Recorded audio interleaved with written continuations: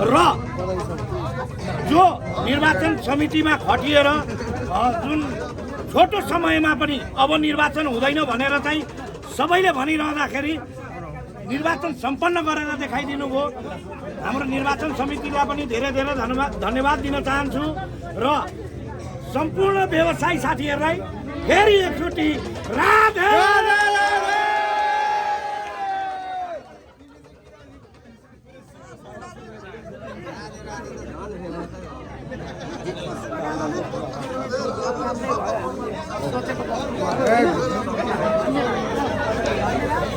हजुरलाई जानकारी गराउन चाहन्छु।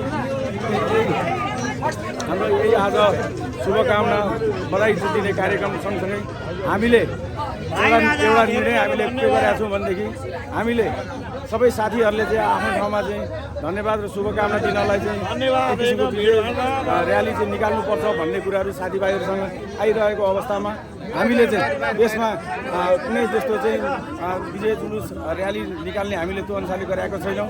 हामीले आफ्नो व्यवसाय जस्तो खरमारा बिजलपुरा र यहाँका प्रतिवासी व्यवसायहरूलाई चाहिँ हामीले सल्लाह सुझाव लिनलाई हजुरसँग चाहिँ धन्यवाद दिनलाई चाहिँ हामी समय अनुकूल मिलाएर आउनेछौँ र यसमा विजय जुलुस चाहिँ भनेर चाहिँ त्यो अनुसारले हामी नआउने हामीले त्यो अनुसारले भनेका छौँ। हजुरहरूसँग सल्लाह सुझाव र धन्यवाद दिनको लागि चाहिँ हामी आउनेछौँ। त्यसमा कुनै सिङ्गलको किसिमको चाहिँ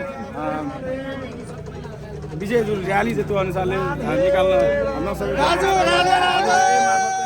सबैलाई शुभ बधाई धन्यवाद दिन चाहन्छु।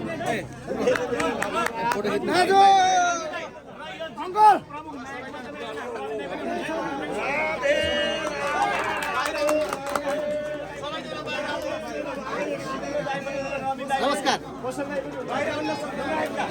सबैजना